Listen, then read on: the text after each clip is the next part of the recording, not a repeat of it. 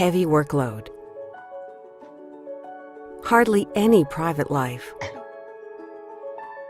Lots of responsibility. Always pushed to the limit.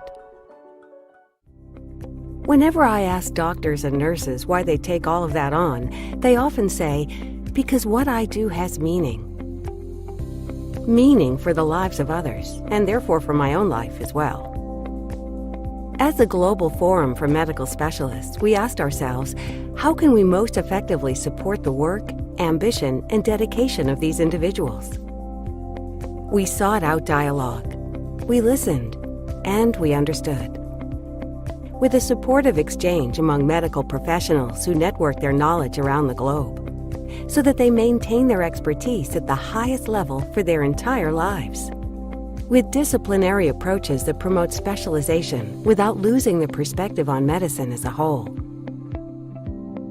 With smart, modular concepts that are compatible with the busy lives of medical practitioners and nurses.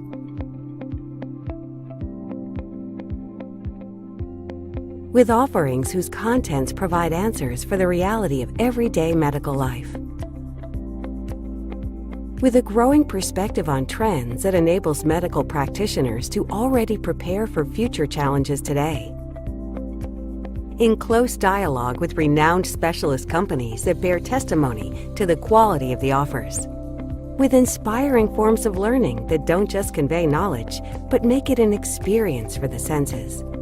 And with innovative teaching methods that prepare you not just for tests, but for life. Nurses and care assistants, physicians and hospital managers, and the people who work in the home healthcare services sector. All of those who teach and learn at the Escalop Academy share a passion for excellent medicine and very high personal standards. We invite you to join in a dialogue about health and medical care.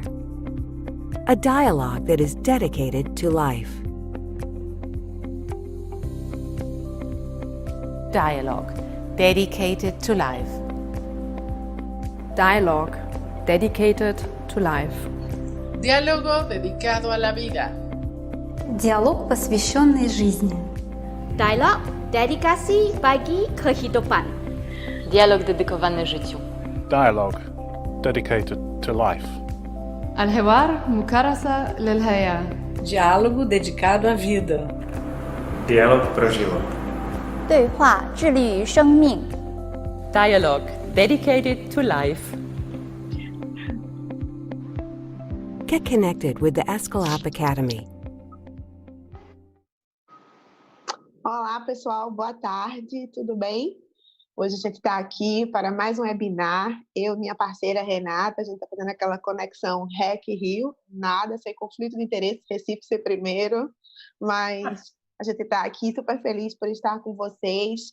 A gente vai falar um pouquinho hoje sobre o manejo da lesão por pressão em úlcera venosa, pé diabético com asquina-drécio, uso aplicação em alguns casos interessantes que a gente vai passar para vocês.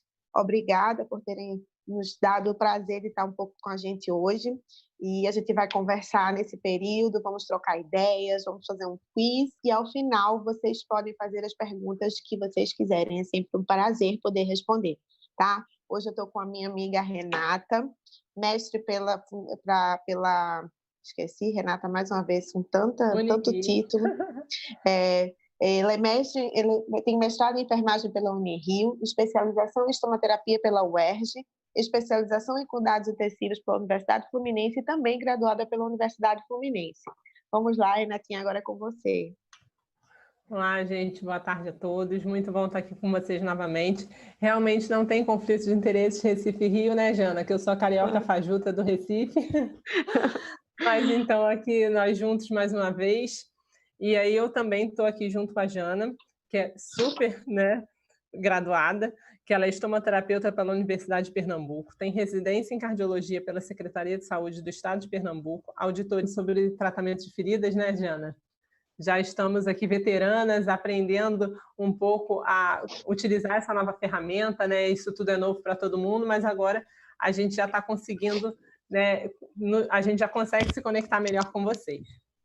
Então, gente, hoje a gente trouxe aqui para vocês o assunto de espumas de silicone, né, onde nós temos o asquina-drécio.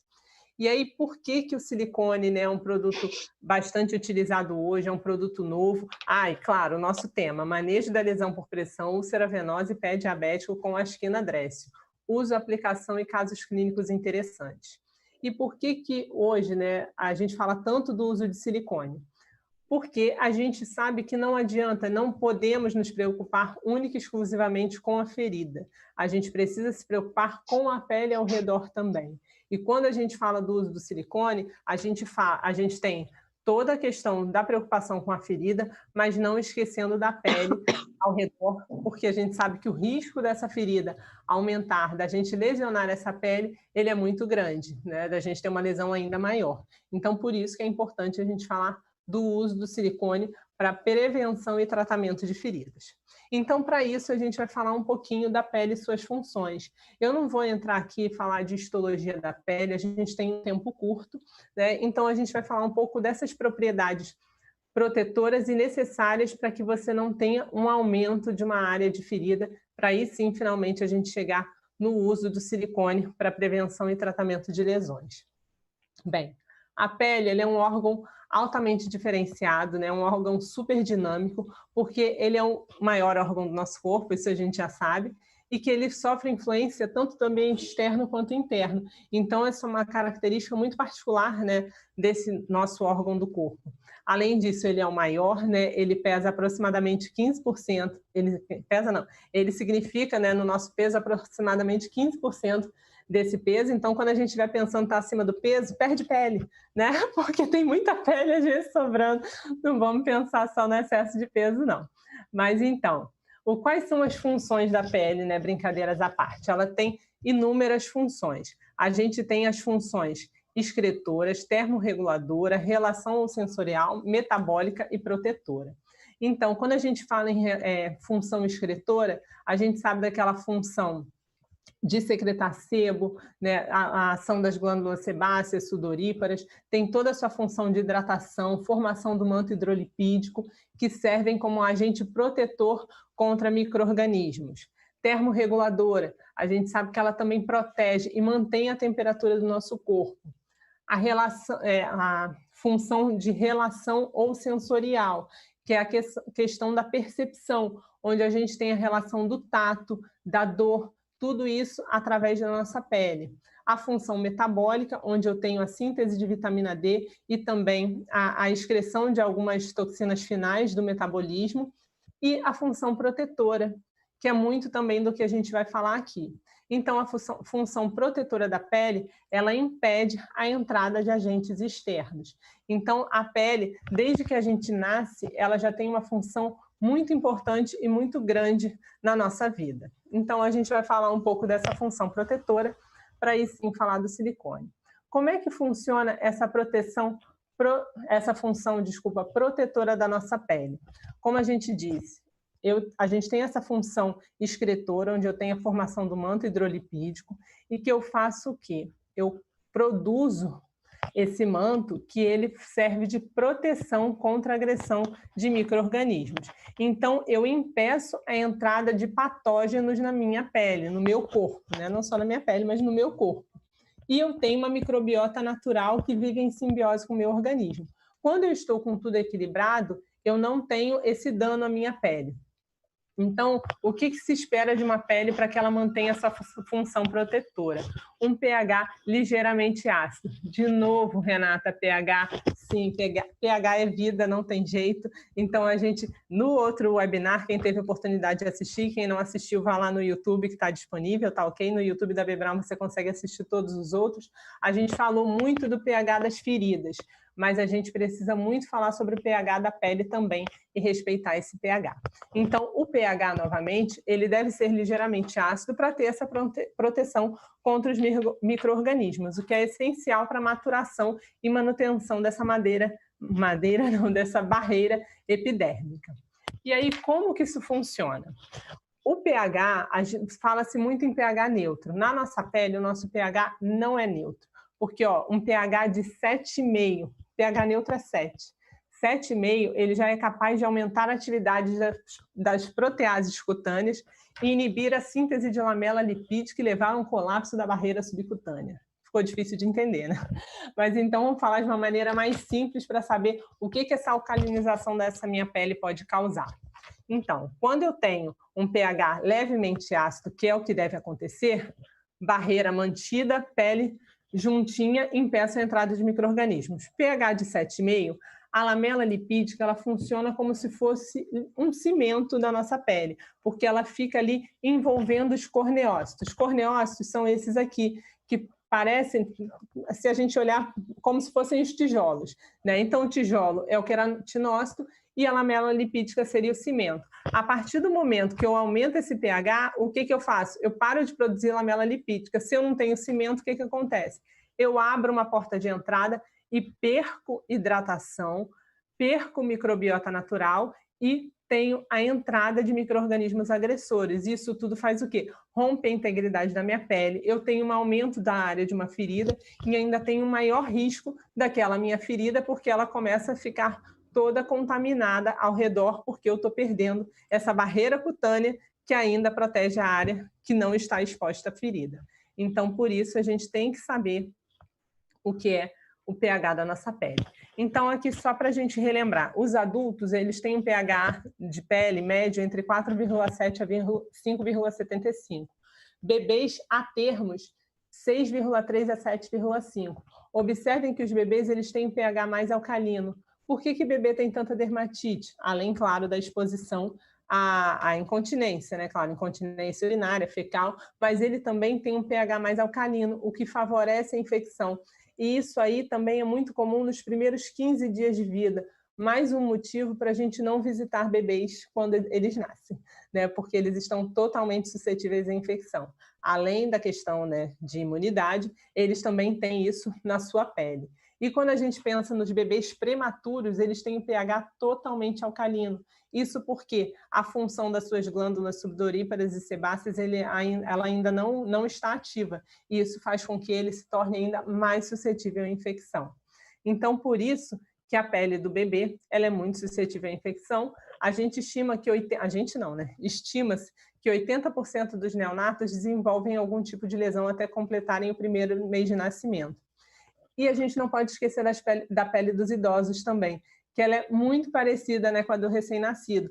Ele tem ainda, o idoso ele tem a questão do envelhecimento, né, que pode ser intrínseco e extrínseco. Intrínseco é o envelhecimento natural da idade, extrínseco é muito relacionado ao fotoenvelhecimento, que não está tão relacionado à idade, porque existem pessoas muito jovens já expostas ao fotoenvelhecimento, e tudo isso prejudica a produção, a resposta imunológica, reduz o sebo, então eu vou ter um comprometimento também das minhas glândulas sudoríparas e isso tudo vai influenciar o quê? Na proteção da minha pele, barreira, na questão do pH. Além disso, o uso de cosméticos ele também contribui para a perda dessa barreira, né, desse manto hidrolipídico, porque toda vez que eu uso um sabonete, eu uso algum produto, em contato com a água, ele sofre uma reação de hidrólise, libera o álcali e pode alcalinizar minha pele também. Então, quando a gente pensa, a ferida, eu tenho que cuidar da ferida, cuido da pele ao redor. O que a gente orienta? Que a pele ao redor ela precisa ser limpa da maneira adequada. E eu tenho que pensar nesse produto que eu estou utilizando na pele ao redor da ferida também, senão eu estou aumentando o risco na pele ao redor da ferida. E isso a gente pensa na pele como um todo. Aqui eu não vou entrar nesse assunto, mas só para que vocês observem, tá? Esse quadro aqui é de um artigo da Universidade de Medicina do Paraná, onde eles avaliaram o pH dos produtos utilizados em bebês. A gente não está nem entrando aqui no que é utilizado para adulto, mas então pHs extremamente alcalinos que podem prejudicar e muito a camada protetora da nossa pele. Além disso, a maioria dos pacientes que estão em tratamento de feridas utilizam medicamentos, alguns medicamentos alteram esse pH, então alguns produtos químicos também. Além disso, o importante que a gente vai falar aqui para pensar na espuma, o excesso de umidade. Tá? Então, quando a gente fala em excesso de umidade, a gente pensa muito, né, no dye em exposição a efluentes.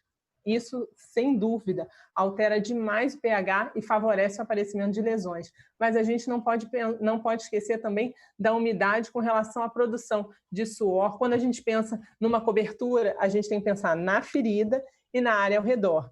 Se eu tenho uma área ao redor onde eu coloco uma cobertura que não tenha um índice de evaporação de umidade adequado, o que eu vou fazer? Manter ali uma área com alto índice de umidade, e isso vai macerar a pele ao redor da ferida, e eu tenho um risco aumentado de aumentar essa minha lesão. Por quê? Eu vou ter inchaço e ruptura do extrato córneo, que leva à maceração da área ao redor da ferida, o que é muito comum da gente observar. E, além disso, a gente está falando aqui da questão da pele, né, da pessoa de uma maneira geral, idosa, criança. Eu tenho outros fatores de risco associados que levam ao aparecimento das lesões crônicas, que são o quê? Diabetes, hipertensão, insuficiência vascular, mobilidade reduzida. E aí, no diabetes, a gente vai falar aqui brevemente sobre o caso do pé diabético. Hipertensão, estou falando, a gente não vai entrar nas lesões, mas a gente sabe, paciente hipertenso não cuida da pele, ele tem risco de quê? Desenvolvimento de úlcera de Martorell. Insuficiência vascular, a gente tem aí as úlceras vasculares, mobilidade reduzida, as lesões por pressão, doenças autoimunes diversas. A gente pode pensar aqui, quando fala do silicone da epidermólise bolhosa, do pênfigo, tudo isso, né, pode ser um indicativo do uso do silicone, e pensar também na questão dos fatores protetores que tem que ser mantido, dentre muitos outros que nós sabemos que levam ao aparecimento de lesões. Então, como hoje a gente vai falar da aplicação do silicone nessas lesões crônicas, minha amiga Jana, de Recife, minha terra natal, eu gosto muito, vai continuar falando um pouco aqui dessas lesões para vocês. Então, gente, a gente hoje veio com um assunto que a gente quer provocar, de fato, né? Porque, assim, quando a gente fala em silicone, a gente só pensa, direciona logo para aquilo que é rotina, para aquilo que já foi tão bem elaborado em relação à epidermólise bolhosa, a Stevie Johnson, a pênfigo, enfim, essas doenças de destacamento da pele que a Renata trouxe para a gente, as funções e as características tão maravilhosamente bem que a gente precisa pensar nisso dia a dia. E aí, a gente veio com outra abordagem, a gente quer mostrar sobre outra perspectiva, como a gente utilizar o silicone. Porque quando a gente pensa nas lesões crônicas de uma forma geral, a gente pensa na lesão em si, mas a gente também tem que pensar na pele que circunda essa lesão, né? Que fica fragilizada, que em alguns casos fica ressecada, fragilizada, e daí ela precisa ser tratada de forma diferenciada, ser observada, e a gente não fatiar a ferramenta Time ponto a ponto, e sim colocar em paralelo para que a gente possa tratar de uma forma, de um contexto mais, como um contexto mais holístico. Pode passar. Então, falando um pouco dessas lesões, né? Então, por que lesão por pressão é uma prioridade na atenção à saúde?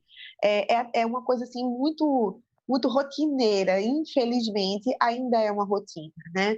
A gente observar nos hospitais, no atendimento domiciliar, isso não é uma regra, isso não acontece em todos os locais, em alguns casos não acontece por falta de assistência, muito pelo contrário, tem assistência devida, tem os protocolos bem estabelecidos, tem os planos de cuidado muito bem elaborados, os planos de cuidados, mas também tem casos que a patologia de base impede que isso evolua da forma que deveria, né? Então, por isso, a alta incidência e prevalência de lesão por pressão dos pacientes acamados, dos pacientes que estão em um estado de consciência mais elevado, mais diferenciado, e aí faz com que a dependência dele seja maior. O alto risco de infecção relacionado à assistência à saúde também é muito importante, né? Então, a gente não pode, aquilo que eu falei no começo, nada de fatiar a ferramenta, colocar em paralelo e sempre estar utilizando de forma que a gente possa colocá-la dentro do nosso plano de cuidados, de forma que tudo seja bem visto. E dessa forma também, a gente usar como rotina a sinalização dos indicadores, né? A gente sabe que o Ministério da Saúde tem isso hoje, a gente pode, hoje não, já faz um bom tempo, né? A gente pode chegar lá e sinalizar isso dentro do sistema, mostrar quantas lesões por pressão, quantos pacientes de pé diabético, quantas úlceras vasculogênicas, quantas doenças que desenvolvem lesão nós temos dentro de unidade hospitalar, dentro da assistência domiciliar ou até mesmo a nível ambulatorial. Isso é importante para a gente muito. A gente não pode pensar que isso vai mitigar o resultado de um hospital. Muito pelo contrário, né, de uma unidade de saúde. Isso vai fazer com que a gente possa direcionar aquele olhar para um problema apresentado. E isso é rotina. E isso não é fazer com que a gente seja muito reativa ao momento, mas reativa no sentido bom da coisa, fazer com que a gente possa melhorar os nossos planos de cuidado, fazer com que essa elaboração seja voltada para aquele problema e assim a gente possa reduzir os índices e melhorar os nossos indicadores de qualidade.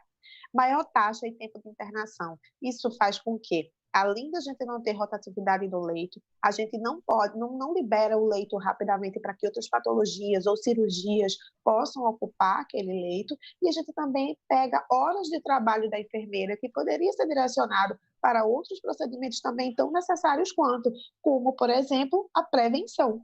Na verdade, nesse caso, no caso da gente não ter mais esse tipo de lesão, a prevenção seria o ideal para o que ela vai dispendiar para o tratamento em si. E o risco de mortalidade aumentado, a gente pensa que não, mas a gente tem hoje altos índices de mortalidade por lesões de pele, lesões por pressão de uma forma geral, lesão de pé diabético, úlceras de perna, enfim, não é uma coisa simples. Se a gente não tiver o cuidado devido, a gente não fatiar essa ferramenta de forma correta e passar todos os momentos da forma devida, a gente vai sim evoluir com infecção severa, sepse e o óbito. Pode passar, Renata.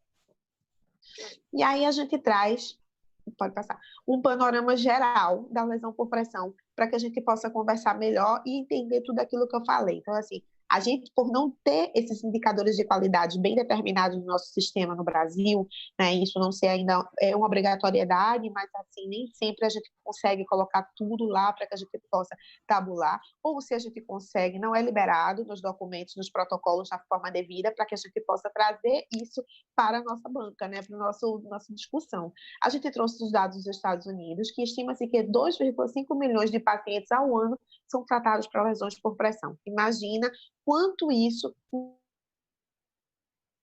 de custo, e essa incidência vai variando de 0,4% a 38%, ou seja, cada vez mais alta. 60 mil pessoas morrem de complicações relacionadas às lesões por pressão, então 0,4% a 38% é um índice muito alto. A gente vai do aceitável ao que não é aceitável em um mínimo espaço de tempo. Os custos de tratamento de lesão por pressão excedem os da prevenção em 2,5 vezes. Imagina que se eu gasto tudo isso, eu poderia gastar muito menos e fazer com que essas lesões não acontecessem, lançando mão de dispositivos para a prevenção, de medidas para a prevenção, gastando menos tempo e gastando menos, de fato, com pensos e materiais para a prevenção da lesão. E até 50% das lesões por pressão podem ser evitadas, ou seja, tudo isso fala a favor da prevenção, tudo isso fala a favor para o nosso olhar enquanto enfermeiros, enquanto médicos, enquanto profissional de saúde, um olhar voltado para esse problema. Não só a patologia em si, mas as consequências que a patologia pode promover. E aí a gente vai ter um plano de cuidados holístico, bem elaborado e direcionado para que o problema não aconteça, gastando menos e liberando o leito para um outro paciente. Pode passar. A gente trouxe um pouco de custos para vocês observarem quanto, assim, taticamente, de uma forma mais tátil, o que é que a gente gasta nos Estados Unidos e a gente depois transfere para a nossa realidade. Imagina que se a gente tivesse 11 bilhões ao ano empregado em custo para tratamento de lesão por pressão, aplicado em uma tecnologia que pudesse melhorar a saúde de uma forma geral, a gente teria um ganho, assim, imensurável. Então, se a gente lança mão da prevenção, a gente não vai precisar gastar tudo isso, porque 2,5 vezes é só menos o que a gente pode utilizar. Na Austrália, se gasta 1,65 bilhão de dólares somente com lesão por pressão. E o custo de oportunidade estimado, em média, é de 285 milhões. Ou seja, gente, é muito dinheiro para a gente não direcionar o nosso olhar para um problema tão sério, que pode levar à morte, e além de a gente gastar tanto, a gente ainda perde um ente querido por um problema que pode ser evitado. Pode passar. E aí, a gente vai parar com as lesões por pressão. De que forma? Vamos usar esse lema para a gente. Pare com as lesões por pressão. Por quê? Porque existem diferentes medidas disponíveis para prevenir a lesão por pressão. E essas medidas são fáceis de ser aplicadas. A gente precisa, de antemão, pensar numa equipe bem treinada. E a gente vai fazer com que essa equipe possa ter um olhar voltado para a avaliação de risco, para desenvolver a lesão por pressão.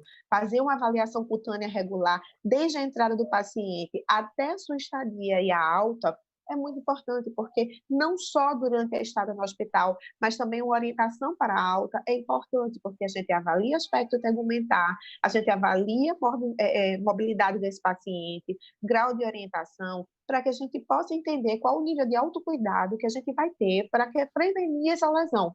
E se for o caso de tratar, que a gente possa direcionar de uma forma sistemática e linear, evoluindo para o processo de cicatrização.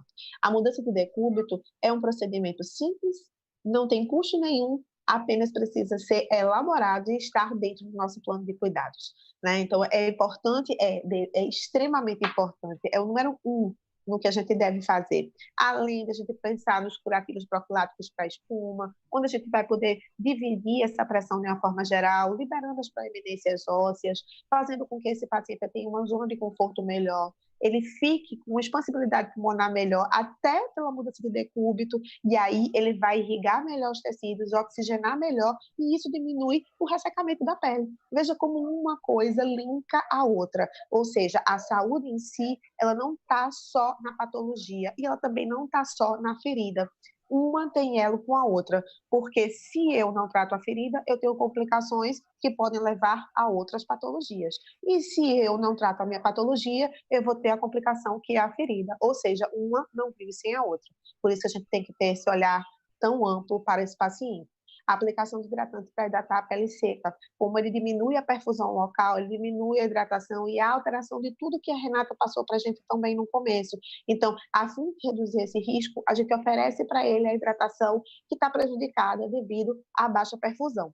Proteger a pele em exposição a umidade com um produto de barreira para a pele. Falando um pouco das DAIs, né? O paciente está acamado, restrito ao leite, em uso de fralda, e aí a gente vai ter que se preocupar com esse efluente, além da mudança de decúbito, além do calor que é provocado pela fralda, então a higiene, a observação, e fazer também a anamnese local de áreas que você realmente não tem muito acesso e não é visível. Pode passar. E aí a gente parte para um outro ponto, que são as lesões de pé diabético, e a gente vai ver um panorama geral também sobre isso. Mas por que vocês trouxeram pé diabético? Por que vocês trouxeram úlceras de perna? Se a gente pensar, como eu falei, na lesão em si, a gente sabe, a gente já conversou desde o primeiro webinar lá, falando sobre Protosan, depois falamos sobre Calcitrol, falamos sobre infecção, né? Falamos sobre biofilme, então a gente já sabe como manejar essa lesão. Mas e a pele perilesão? Por que não conversar um pouco mais sobre ela? Né? Então, assim, não é só prevenir, mas também, já que a lesão aconteceu, já que o problema está instalado, por que não resolver o problema que circunda essa ferida? A pele do paciente. Então, 25% das pessoas com diabetes desenvolvem uma úlcera por pressão durante a vida, uma úlcera de pé diabético durante a vida. Ou seja, a lesão de pé diabético é uma constante. Se esse paciente tem diabetes, ele não tem o devido cuidado, ou até mesmo quando ele tem o devido cuidado, e ele sofre um pequeno arranhão, um pequeno furo no pé, pela neuropatia, ou por um acidente mesmo de percurso, até passando ali na cama, a gente bate o dedo mindinho, aí ali já destaca a pele. Para o paciente diabético, isso é muito mais complicado. Por quê? Porque os níveis glicêmicos dele, de uma forma geral, se alteram, mesmo com o uso de medicação, mesmo com uma dieta adequada. Então, para isso, a gente tem que ter um cuidado voltado, com maior observação para esse problema. Aproximadamente 60% dessas lesões infectam, ou seja, se não tiver o devido cuidado, essa lesão vai infectar. Ela infecta, diminui a perfusão local e a pele fica naquele mesmo estado que eu falei lá das lesões por pressão, vai acontecer na lesão de pé diabético e acontecer na lesão de perna, porque a perfusão ficou prejudicada, né? Então, por isso, a gente precisa também atentar a esse problema. Globalmente, a cada 20 segundos, um membro inferior é amputado como consequência de complicação diabetes. Imagina que a gente mutila, né? Que uma pessoa é mutilada pela falta de assistência adequada no sistema público de saúde, pela falta de assistência e orientação, mesmo que seja no sistema privado, e pela falta de autocuidado. né? Então, assim, o paciente diabético, desde que ele não seja limitado, desde que ele não seja totalmente dependente, ele tem a condição do autocuidado. E para a condição do autocuidado, o que é que ele precisa? Principalmente orientação. Um paciente bem orientado, ele leva a prevenção ao máximo da situação na vida dele, não de forma exagerada, que leve a problemas emocionais, mas que ele tenha um cuidado mais direcionado. E esse cuidado vai evitar o problema, que é a lesão por pressão, a lesão de pé diabético. Essas amputações de 85% podem ser evitadas com plano de assistência holística, aquilo que eu acabei de falar agora. A gente está falando só de lesão aqui e falando da prevenção na pele e perilesão, mas também tem uma dieta adequada, tem os exames que devem ser realizados, a consulta com a equipe multidisciplinar, ele deve estar muito antenado com o seu médico assistente, tem que ter uma regra, um diário para os seus níveis glicêmicos, ou seja, a gente fala da lesão, mas é aquilo que eu falei, é um plano de cuidados, é uma orientação para o autocuidado, para que esse paciente possa prevenir também as complicações da lesão e daquilo que a circunda. A mortalidade pós-amputação aumenta com o número de amputações e varia de 50% a 68% após 5 anos, ou seja, o que é que isso quis dizer? Ele amputa o dedinho, mas daqui a pouco ele desarticula o pé, ou a perna, ou o joelho, ou seja, ele desarticula ou ele amputa até o nível da perna, do braço, seja lá o que for. Ou seja, é um problema que é evolutivo se não for tratado. E um estudo europeu descobriu que 58% dos pacientes que frequentam clínicas especializadas em pé diabético têm sinais clínicos de infecção. Hoje a gente está querendo dizer aqui que não são as clínicas onde a gente tem um profissional especializado, não é a clínica onde tem um podiatra estomaterapeuta, não é a clínica onde tem uma quiropraxia adequada com o médico, muito pelo contrário, a gente está falando naquelas clínicas doutor tal da vida, onde não tem um profissional específico, um profissional especializado e bem orientado por um profissional especialista para cuidar desse paciente com pé diabético. Então, muita atenção também a esse tipo de procedimento, porque daí surge um pequeno granuloma, e desse granuloma, uma área de necrose e algumas vezes amputação daquele dedo. Pode passar, Renan. Tem um delayzinho. Tá. Só para avisar que demora um pouquinho. Joia, obrigada, Rê. Então, em custos, né? A gente traz um pouco de custos para a gente ver o quanto isso é impactante no nosso dia a dia. É impactante na saúde pública, é impactante na vida do paciente, é impactante de uma forma geral na economia de um país, né? Então, o custo direto de uma cicatrização primária é estimado entre 7 mil a 10 mil dólares. Vamos trazer para a nossa realidade, vamos fazer essa conta.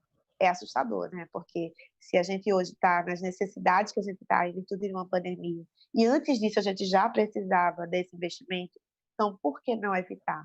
Por que não ter um olhar mais direcionado, né?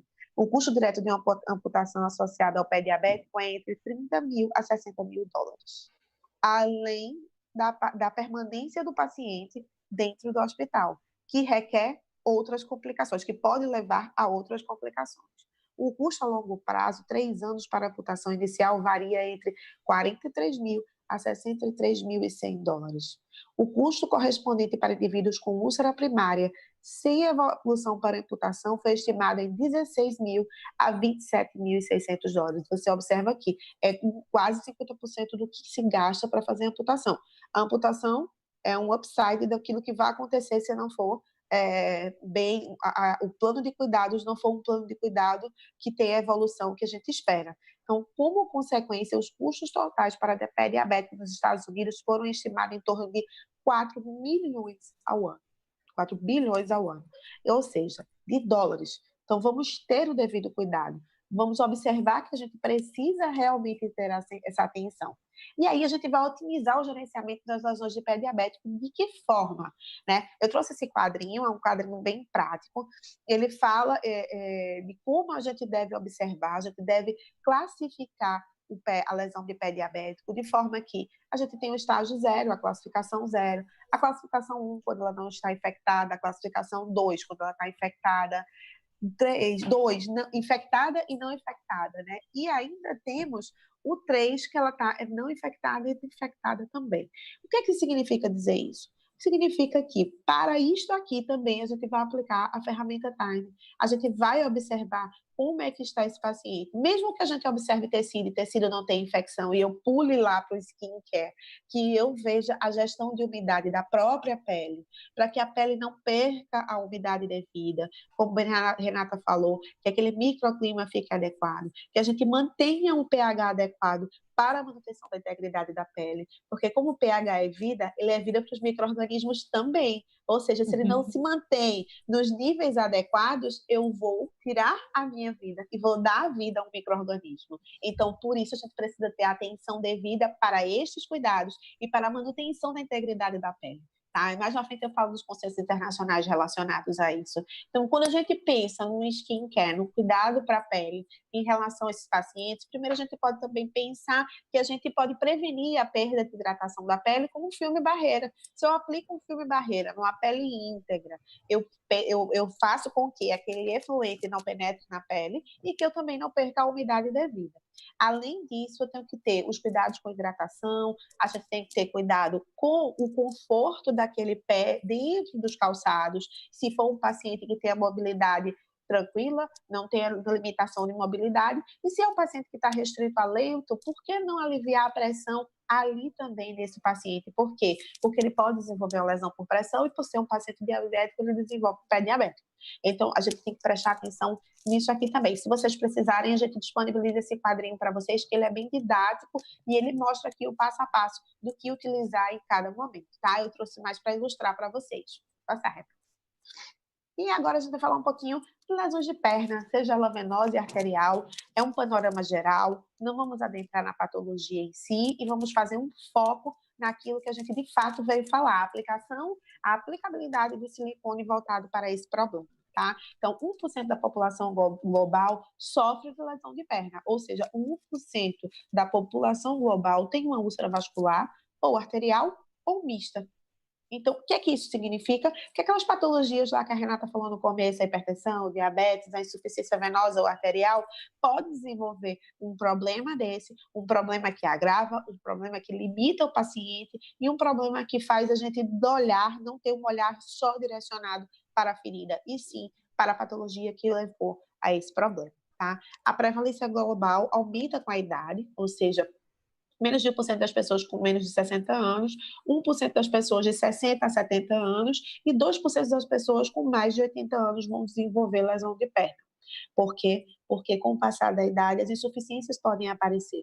Por isso, o paciente deve realizar caminhada, por isso, observar o aparecimento de varizes nas pernas, por isso, observar a presença de dor, desconforto, para que ele procure um profissional adequado para resolver esse problema antes mesmo que desenvolva algum problema secundário, no caso, uma ferida, digamos assim, que tem outros que podem acontecer, mas a gente aqui está falando especificamente da lesão e do cuidado com a pele para que não aconteça essa lesão.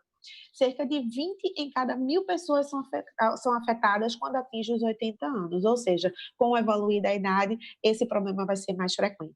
Cerca de 80% das úlceras de perna são causadas por doenças venosas e 20% são de origem arterial e ou mista, ou seja, a lesão ela vai acontecer devido à patologia de base.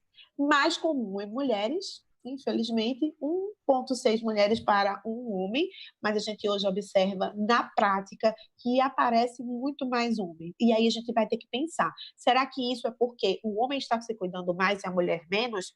Fica a dica para a gente pensar nisso aí mais na frente. Venoso ou misto? A origem predominantemente venosa é maior, 70% a 80% dos pacientes. Arterial ou mista, origem predominantemente arterial, 20% dos pacientes com a taxa de recidiva de 35% a 70%. Por quê? Porque aqui a gente também tem que falar, porque a patologia deve ser corrigida. De que forma? Se eu tenho uma insuficiência venosa, o profissional vai me orientar. Eu tenho que fazer o meu IDP, eu tenho que ter o tratamento adequado. Se eu tenho uma oclusão arterial, um procedimento cirúrgico ou procedimento hemodinâmico, o profissional especialista vai orientar. E se isso evolui para a ferida, o estomaterapeuta, o especialista, o dermato também vai orientar. Pode passar, Renata.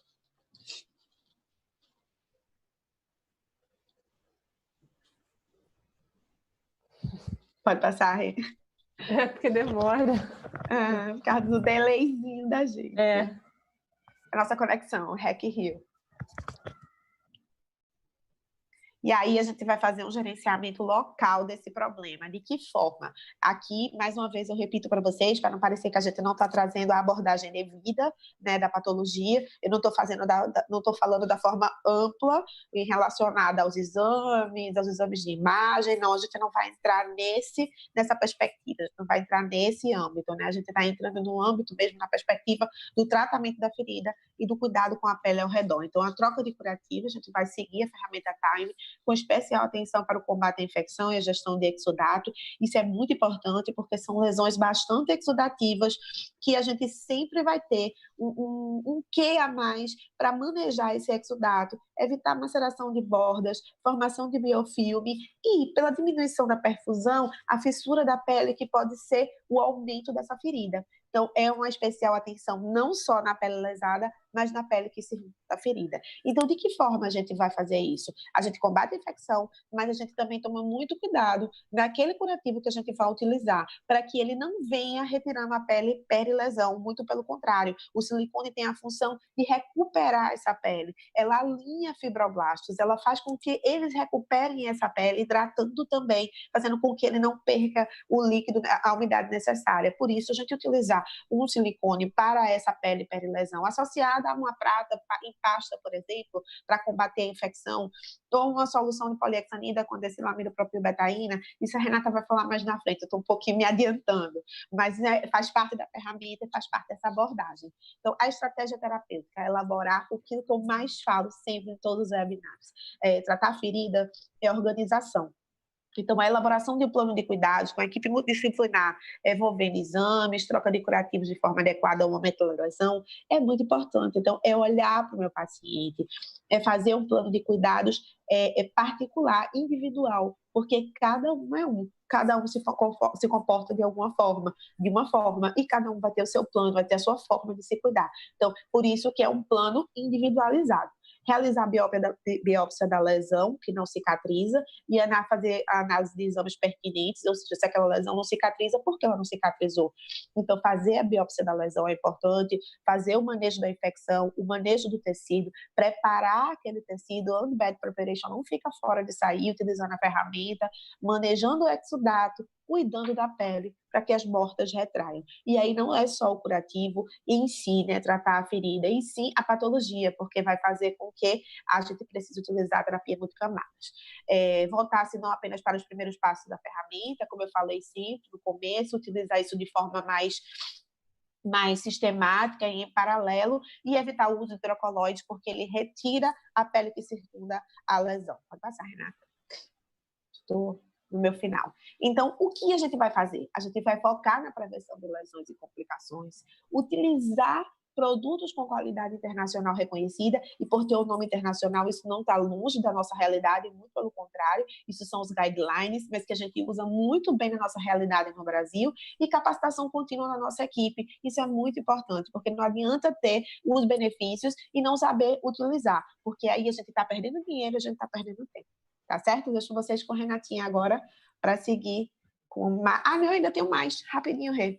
As recomendações internacionais dos cuidados com a pele. Como a Renata bem falou, nosso cuidado com pH, então sabonete nas formas líquidas é uma recomendação internacional, e atentar sempre para o uso do pH próximo da pele, ou seja, em torno de 5,5.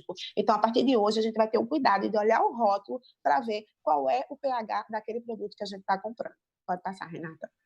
E também a prevenção de lesões. De que forma, a gente já falou muito, manter a pele limpa e seca com a umidade devida, utilizar produtos para limpeza com o pH equilibrado e considerar a utilização de emolientes desde que não fique com umidade exagerada, muito pelo contrário. Lembrando sempre do paciente diabético, da lesão por pressão e das lesões de perna. E aí, quais são as recomendações internacionais para isso? Pensos de proteção, considerando a aplicação de pensos de espuma na proeminência óssea, que vai ser bem adaptado a essas proeminências, que tem uma retirada seletiva, e a gente vai continuar a utilizar todas as medidas restantes paralelas à utilização desses pensos, como a mudança de decúbito, a hidratação, a nutrição, ou seja, todo aquele contexto holístico que a gente já conversou. Então, estudos in vitro e em animais demonstram que algumas coberturas reduzem o atrito e redistribuem a pressão e o cisalhamento e podem reduzir a probabilidade de enfraquecimento da pele pela hidratação excessiva. É com você, Renatinha. Então, pessoal, voltei. Já que a gente viu aí, como a Jana bem falou, que o penso, né, a escolha de uma cobertura, ela é recomendada pelos guidelines internacionais, tanto para prevenção quanto para o tratamento de lesões, o que seria um penso ideal, onde eu consigo aliar, né, tanto a prevenção das complicações de uma pele ao redor, quanto tratar uma lesão já existente por algum tipo de lesão crônica. As recomendações, o que elas dizem? Que eu preciso de uma cobertura que seja capaz de gerir o microclima da ferida. Gente, importante, se alguém tiver alguma pergunta, por favor. Eu tô muda? Não? Estão me ouvindo? Desculpa. Tá ok, porque eu vi uma mensagem que eu acho que é antiga. Mas e se vocês quiserem fazer alguma pergunta, tá? Coloquem aí que a gente vai responder no final. Então, voltando, o que as recomendações falam, qual é esse tipo de penso? Ele deve ter uma capacidade de gerir o microclima da ferida. Então, o que é isso? Ele precisa ter a capacidade tanto de absorção de exudato e excesso de umidade, mas principalmente de evaporação de umidade, porque dessa maneira a gente consegue fazer o que a cobertura deve fazer, né, que é absorver, mas consegue também evaporar esse excesso de umidade, porque se a gente somente absorver e não tiver essa capacidade de evaporação, eu tenho risco de manter a minha pele em contato com a cobertura excessivamente úmida e, com isso, causar maceração e aumento da área da ferida. Ele deve ser de fácil aplicação e remoção, deve ser suave. Então, isso também é uma recomendação internacional, onde eu consiga removê-lo sem causar nenhum dano à nossa pele. Então, por isso que hoje as coberturas com silicone, elas são tão amplamente utilizadas, porque elas respeitam a minha pele, elas não removem extrato córneo. A capacidade de avaliar regularmente essa pele ao redor. Então, quando a gente fala em silicone, eu posso até abrir, né, e fechar, no caso de uma prevenção, eu posso avaliar, né, se eu tenho alguma hiperemia. Se eu quiser olhar a pele ao redor, eu consigo reposicionar essa cobertura. Eu tenho também que escolher uma cobertura que respeite a região anatômica para aplicação do penso e que seja do tamanho correto, né, onde eu consiga aí abordar toda a área da ferida. E, além disso, eu preciso de uma superfície externa de baixo atrito, né, que seja de múltiplas camadas, porque, como a Janaína falou, as múltiplas camadas são para que no momento que ocorra algum tipo de atrito com a cama, né, ou com a própria pele do paciente, você não corra o risco de fazer com que a própria cobertura cause essa fricção. Então, ali você tem essa espuma multicamadas que vai evitar que isso aconteça na pele e sim nas coberturas. Você tem um espaço para que algum tipo de fricção ocorra na cobertura. O tamanho suficiente, como já foi falado, e a capacidade de remover a umidade excessiva. É porque aqui a gente está falando de dois tipos de guidelines, tá? E os dois estão falando a mesma coisa. É um guideline europeu e o outro que é da Austrália. Então, resumidamente, o que as recomendações internacionais falam? Alta absorção e alta taxa de transmissão de vapor são as características preferíveis para uma cobertura ideal para prevenção e tratamento de feridas. Então, aí eu tenho, finalmente, o silicone, onde a gente vai falar da esquina Drécio. E por que o silicone, hoje, ele é uma cobertura inovadora, ele é a cobertura de escolha? E por que, se a gente for reparar, tantos dispositivos médicos são à base de silicone? Porque ele é um produto seguro, ele é um produto inerte, né, flexível, transparente, hipoalergênico, ele respeita, né, nossa pele. O risco de você ter contaminação e infecção no silicone, ele se torna menor, porque o silicone, gente, vamos tirar aqui a parte de prótese, porque prótese tem uma característica diferente, tá? Mas a prótese também é utilizada em silicone pelo mesmo motivo, segurança e pelo hipoalergênico, né? Ele é totalmente biocompatível, mas ele tem o silicone, de uma maneira geral, ele tem uma superfície lisa, e essa superfície lisa, ela diminui o risco de deposição na sua superfície, e com isso você diminui o risco de formação de colônias. Então, por isso, também esse é um dos motivos que o silicone ele é tão utilizado nos dispositivos médicos. E isso foi visto também para o uso na nossa pele. Então, por isso que hoje, cada vez mais, as coberturas utilizam silicone e o Askina Dress é um deles. Então, aqui vai a nossa primeira pergunta. Você já utilizou espuma de silicone para prevenção de lesões? Sim ou não? Ok? Respondam aí rapidinho, que a gente quer saber se você já utilizou para prevenção, e depois a gente vai fazer mais uma perguntinha para vocês, tá?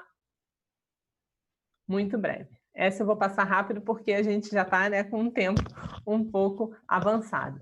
E aí, por que... Ok, já fechando o quiz. Então, e por que o Askina Dress? A gente falou de silicone, e por que vocês poderiam escolher o Askina Dress para utilização tanto na prevenção quanto para tratamento?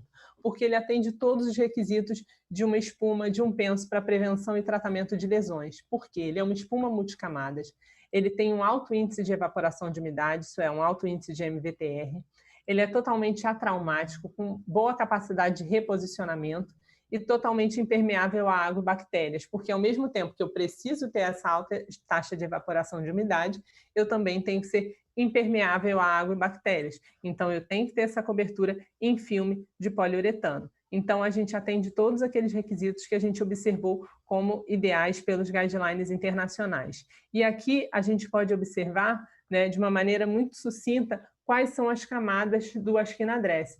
Então, a gente pode observar aqui as suas várias camadas, né, onde a gente tem uma primeira camada adesiva, né, onde a gente observa 2 camadas nessa camada adesiva, depois uma espuma de 4 milímetros, tá, de espessura.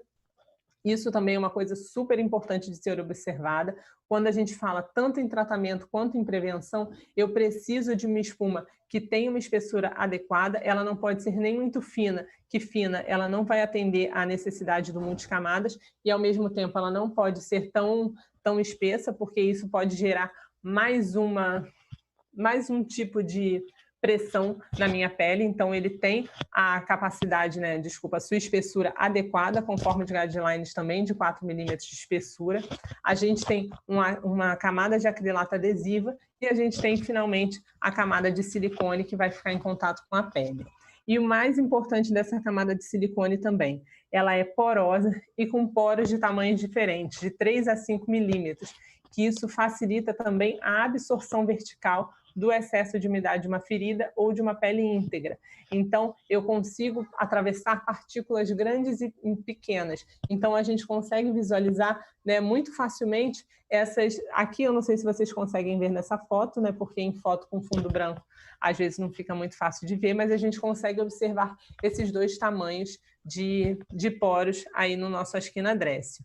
E ele tem essa película protetora com alta taxa de evaporação de umidade também. E, além disso, ele é composto em sua maioria por silicone. Então, a gente consegue observar uma das maiores taxas de silicone do mercado. Então, quando a gente vê a quantidade de silicone dele, ele é 83,7% de silicone. Então, a gente tem todas as recomendações, né, e todos os testes que mostram que ele não remove extrato córneo. Pior que eu acho até que saiu da apresentação, a gente tinha uma lâmina, né, histológica mostrando um pedaço de tecido, né, antes e após o uso de Askina Dress, e você observa que não tem nenhuma alteração, porque você realmente não tem nenhum dano àquela pele ao redor da ferida. Então, por isso, Askina Dress é indicado. Então, eu posso utilizá-lo em que tipo de situação? Tanto em feridas, como a gente falou, exudativas superficiais e um pouco mais profundas, né? Lesões por úlcera venosa, arteriais de perna, pé diabético, queimaduras de 1º e 2º grau, áreas doadoras, fissuras de pele e, claro, também para prevenção de lesões. Então, a Askina Dress, ele tem as mais diversas indicações, tanto para prevenção quanto para tratamento de lesões. E os seus benefícios, como a gente já falou, né? Proteção absoluta contra micro-organismos por ser impermeável à água e bactérias e permitir evaporação de umidade, capacidade de absorção de exudato e desse excesso de umidade. E, além disso, ele pode ficar até 7 dias no leito da ferida. A gente observa diversas coberturas que a gente fala que podem ficar 7 dias no leito da ferida, mas geralmente a gente observa uma certa insegurança em deixar coberturas por tanto tempo, porque há o risco, né, de infecção, embora a gente saiba que quanto menos a gente mexer na ferida, melhor, menos a gente altera o microclima. E com silicone essa segurança aumenta, por quê? por ter essa superfície lisa, menor capacidade de promover adesão à sua superfície e, com isso, infecção no leito da ferida.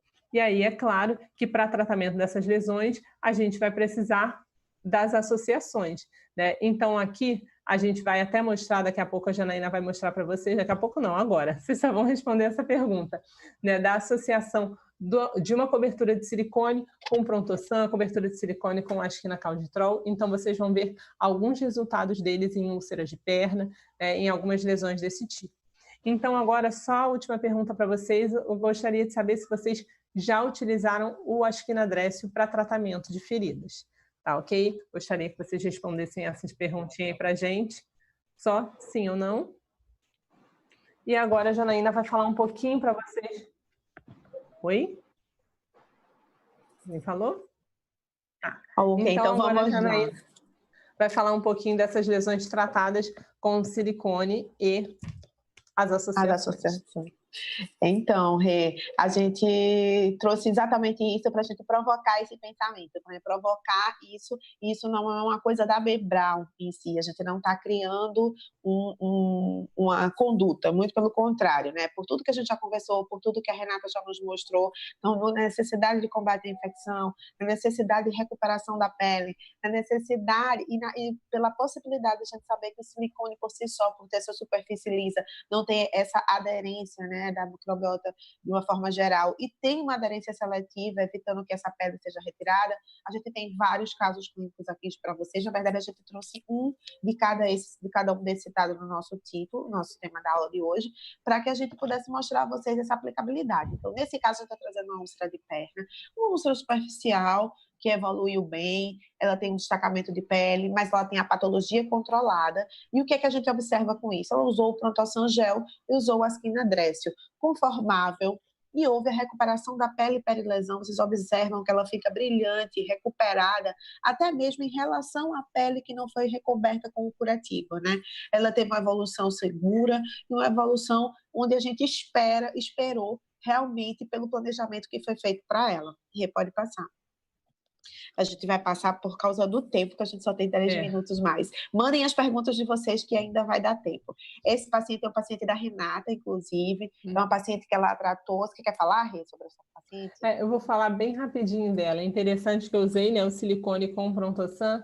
Eu usei Prontosan Gel. E eu acho interessante nesse caso, porque os primeiros dias ela utilizou silicone e mais para o fim ela parou de utilizar, quando a lesão já estava próxima do fechamento. Então, a gente observa aqui que em 6 dias, olha a evolução que a gente teve. E uma das queixas dela era de muita dor. Ela já estava com essa lesão há 6 meses, era uma lesão reincidente, tá? Então, 6 meses de tratamento e não tinha resposta. E ela relatava muito esse incômodo, a dor também, durante a troca de curativo, e quando a gente passou a utilizar o silicone Prontosan, ela sentiu um alívio muito grande e a resposta foi muito rápida. Aqui em 6 dias a gente já começou a observar, aqui 15 dias da lesão a gente já observou, né, a grande evolução, e aí depois ela já estava fazendo o curativo sozinha, ela quis até parar de usar o silicone, a gente observa que aí a gente teve um ressecamento, né, da lesão, mas a gente conseguiu fechar, prolongou um pouquinho mais,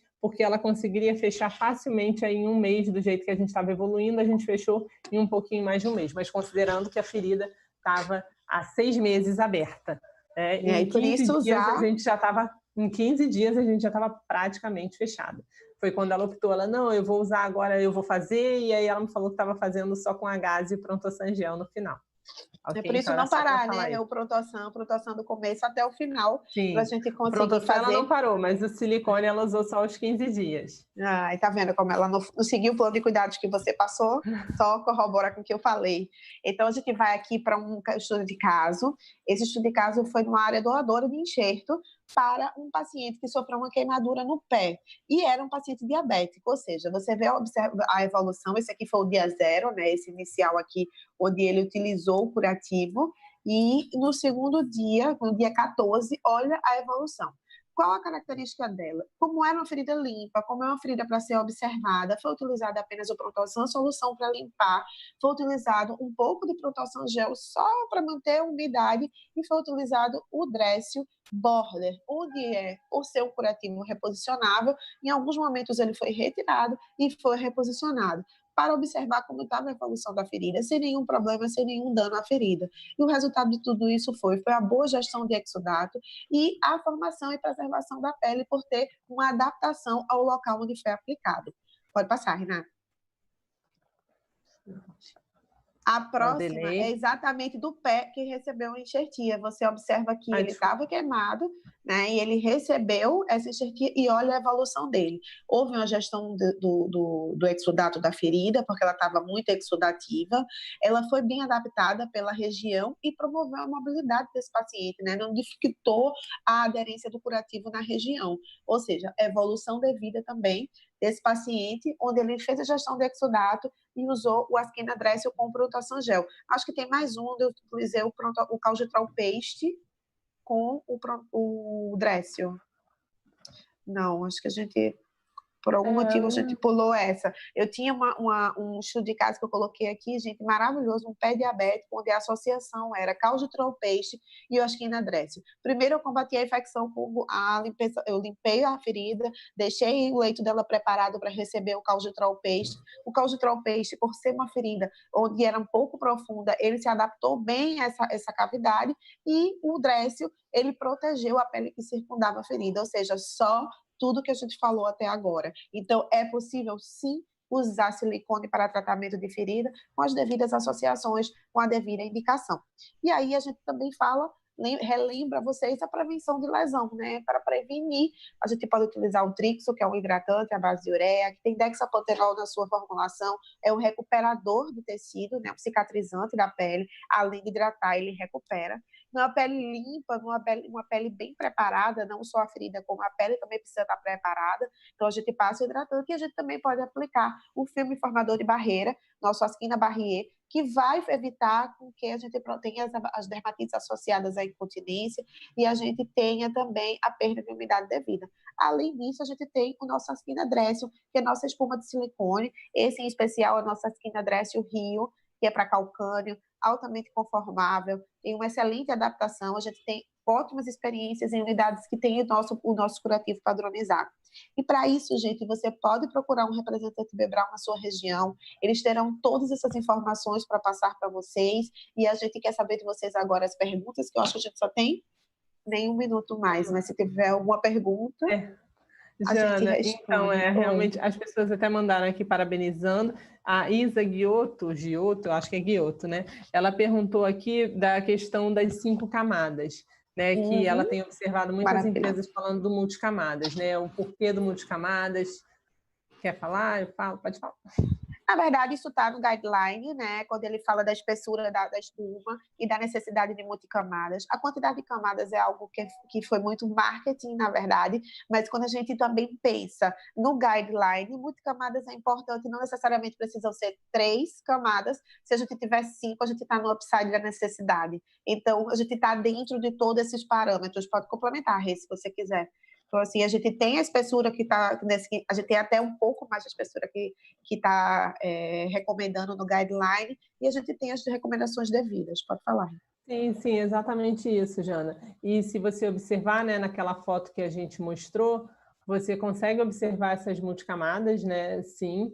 Então, a gente atende todos os requisitos, e a questão das camadas é muito pensando, né, nessa questão da espessura, de você conseguir promover, né, a prevenção da lesão, né? A distribuição. Não só isso. Porque quando a gente fala de prevenção de lesão, antigamente a gente falava do hidrocoloide, até porque era a tecnologia que a gente tinha na época, né? E hoje as pessoas falam, não serve mais e antes servia. Não é isso, é porque a gente evoluiu, né? O hidrocoloide continua tendo a sua função, a gente vê aí que muitos produtos ainda são à base de hidrocoloide, né? Especialmente as bolsas, né, de estomia. Sei que tem o pessoal da estomoterapia aí assistindo a gente, e ainda se utiliza bastante, mas o hidrocoloide ele foi muito utilizado na prevenção. Por quê? Prevenção de fricção e cisalhamento. Mas a questão da redistribuição da pressão, do alívio, é só a gente pensar agora o que aconteceu, que acredito que aqui, né, a maioria dos colegas, e muitos tenham trabalhado na linha de frente do Covid, e infelizmente muitos sofreram, né, e desenvolveram lesões por pressão. Quando a gente utilizava o hidrocoloide, o alívio ele era por um tempo muito curto, né, porque é o alívio só da fricção. Mas quando o uso de uma espuma era realizado, você tinha um alívio não só da fricção que era promovida pela máscara, né, pelo óculos, e sim o alívio da pressão também. Aqui, na verdade, Jana, a gente teve muita gente falando e parabenizando. Peraí, deixa eu ver aqui, está chegando mais coisas. Quando é indicado o início do uso do Prontosan? A Mistele Persilva perguntou.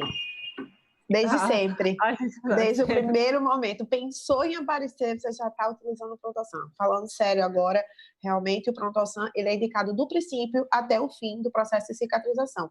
Em alguns casos, em DAI, né, da dermatite associada à incontinência, você precisa fazer a higiene da pele com sabonete líquido de pH adequado e a gente ainda talvez precise aplicar o Prontosan. Isso vai depender muito da avaliação do especialista. O Prontosan do começo até o final. Solução. Aqui, algumas pessoas acabaram perguntando a mesma coisa de formas diferentes, que foi a Isa Guiotto, a Helena Magalhães, a Melina. Eu ainda não li as outras, mas podem ter perguntado a mesma coisa também. Eles perguntaram muito dessa associação do Prontosan gel com uma espuma, né? Se o gel não seria absorvido pela espuma. Então... Pode falar. Quando a gente pensa a utilização de um gel, ele requer uma cobertura secundária, né? A gente, quando fala em desbridamento, né, a gente quer doar um excesso de umidade, aí sim, eu até gosto lá do velho hidrocoloide, né? Da gente botar o hidrocoloide com um gel, ele tem um efeito fantástico para o desbridamento.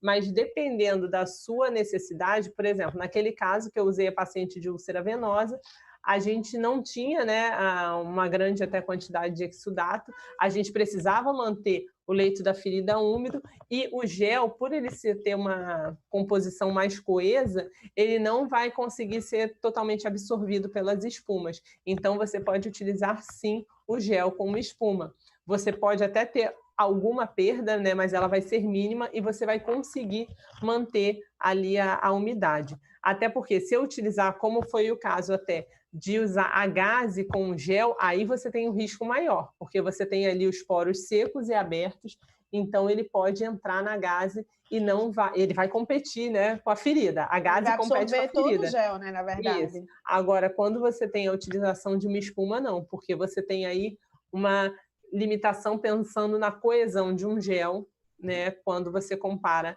até com um exudato. Na verdade, então, quando você faz essa associação, você também está fazendo a gestão de umidade, né, Rê? Então, a gente vai lá para a gestão do gerenciamento de exudato, que é bem importante. Teve uma pergunta aqui também, que ela questionou a gente a respeito do silicone em toda a extensão do curativo. Nossa cobertura tem silicone em toda a extensão, inclusive nas bordas. Então, você vai ter a segurança de aplicação, de ter o silicone em contato com a ferida, mas também em contato com a pele perilesão, fazendo aqueles cuidados, lançando mão daqueles cuidados que a gente conversou durante toda a apresentação. A Rita de Cássia perguntou também se a camada de tecido está toda envolvida por silicone. Sim. Ele... Tá, ok. E aí as pessoas estão perguntando também das associações. A associação vai depender muito do tipo da lesão e perguntando também do tempo, né, de utilização. Você sempre tem que observar, né, o tempo de utilização do produto. O silicone tem tempo de 7 dias, mas se um gel ele tem a capacidade de 3 dias, você vai trocar em menos tempo. Né, Jana? Ou então... comigo? Isso, mas assim, ainda também tem a questão de assim, o silicone fica até 7 dias, mas e a gestão do meu exudato? Em alguns casos, a minha cobertura, seja ela com borda ou sem borda, ela pode saturar antes disso. Então, a gente tem que fazer essa escolha também, né? Por mais que eu utilize o Prontosan solução para limpar a minha utilize o Prontosan gel, que vai ficar até 72 horas, e se a espuma não foi totalmente saturada, ainda posso deixar até o 7º dia. Por quê? Porque nesse período eu não tenho mais gel, mas eu tenho gestão de exudato. Mas nada melhor do que a pessoa responsável pelo tratamento da ferida para ter esse feeling de entender que se eu estou utilizando o protoação gel para fazer um desbridamento porque é uma área necrótica e eu não tenho uma prata nesse momento, então eu vou ter que retirar no tempo devido para eu realizar o desbridamento. Mas se não, se é uma ferida que eu apenas preciso manejar a umidade, eu posso sim deixar um pouco mais, desde que eu possa retirar e reposicionar essa espuma, fazendo a devida anamnese da lesão. E Jana, até assim, não perguntaram aqui, mas eu vou falar, no caso da prevenção, muitas das vezes a gente deixa, pelo contrário, até mais tempo, né? É verdade. A gente tem casos de até 14 dias com a nossa espuma. Quando é prevenção, às vezes você permanece por um tempo um pouco maior na ferida. A gente tem 21 reposicionamentos em relação a um único curativo, por exemplo, um Adrécio Rio no paciente acamado, numa UTI de cuidados paliativos, onde foi necessário fazer a retirada desse curativo para a gente observar se tinha prega em calcânio. Ou seja, ele foi reposicionado, ele foi aderido da forma devida e o paciente recuperou bem, o paciente evoluiu com a pele íntegra. Outra coisa que a gente também precisa falar, que ninguém perguntou, mas eu vou relembrar, quando a gente utiliza o calcitrol paste, a gente vai ficar até 72 horas. Então, se a gente associar com silicone, lembrar que essa troca realmente vai precisar ser feita com 72 horas. É isso, Rê? Isso. Temos então, mais pessoal, perguntas? Eu acho que não, acabaram as perguntas. Quer dizer, muita gente mandando aqui parabéns, falando algumas coisas. Quer dizer, pergunta tem, mas não vai dar mais tempo. Só gostaria de agradecer a todos vocês. Vocês podem procurar, né, as pessoas responsáveis pela região de vocês. Nós estamos presentes no Brasil inteiro. Aqui no Rio podem falar comigo, né, em Recife com a Janaína, mas vocês têm aí representantes Bebral por todo o Brasil. Tá ok? Eu tenho os distribuidores, então, muito né, que estão em todos os locais. Eles são os nossos braços, nossas mãos, junto com a gente, formam a família Bebral e vão estar sempre preparados para passar as informações para vocês. Ok, obrigada, gente. Até a próxima. Até a próxima. Tchau, tchau. Muito obrigada. Tchau, tchau.